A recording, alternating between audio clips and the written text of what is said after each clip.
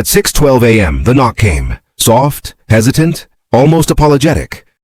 Maria froze in her small apartment on the outskirts of Cleveland, Ohio. Her two kids were still asleep on the couch behind her, wrapped in thin blankets because the heat had been turned down again. The refrigerator hummed emptily. Payday was 5 days away. Her bank balance read 347s. She wasn't expecting anyone. Another knock, gentle, then silence. When Maria opened the door, the hallway was empty, but sitting neatly on the worn welcome mat was a brown paper grocery bag, still warm. Inside were a loaf of bread, eggs, canned soup, apples, and a handwritten note folded carefully on top.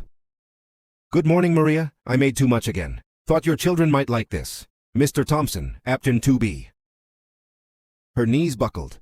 Mr. Thompson was the quiet, elderly man down the hall, the one who always carried his groceries slowly, who waved but never intruded. She knew he lived alone. She knew he was on a fixed income. She also knew she'd never told him she was struggling. But he had noticed. The night before, Maria had cried quietly in the bathroom so her kids wouldn't hear. She'd been laid off from her retail job when the store closed. Rent notices were piling up. Pride had kept her silent. That morning, her children ate real breakfast for the first time in days.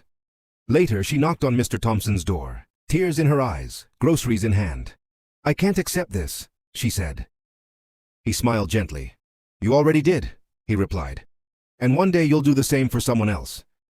Weeks later, Maria found work again. Months later, she left a grocery bag outside another door, this time for a neighbor she overheard crying late at night.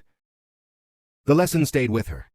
Kindness doesn't need permission, wealth, or recognition. It only needs attention. In a country moving fast, sometimes the most powerful help comes from someone who simply notices.